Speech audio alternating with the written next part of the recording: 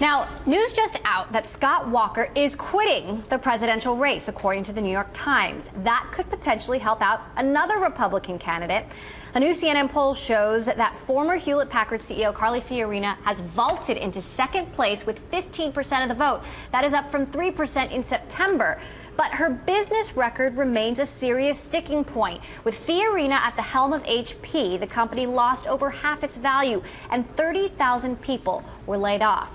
Fiorina disputes just how bad her tenure was and points to the support of Silicon Valley multi-millionaire venture capitalist Tom Perkins, who was on the board of HP during that time.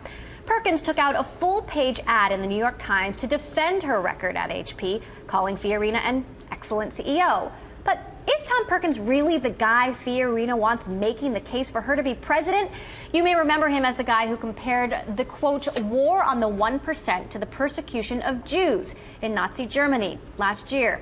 I spoke to him about that comparison. Let's take a listen.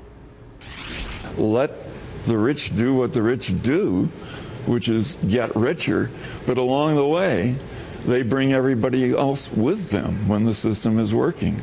Now, you are a multimillionaire. No, I'm not a billionaire. I'm a not multimillionaire. A billionaire. I said multimillionaire. I've created some billionaires, but I unfortunately am not one.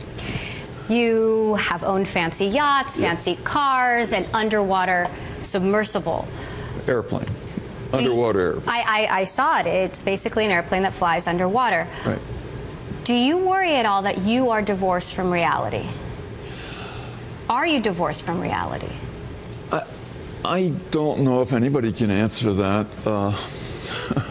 Truthfully, I don't think so. They got into a discussion about the idiocy of Rolex watches and why does any man need a Rolex watch? And it's just a symbol of terrible values and et cetera, et cetera.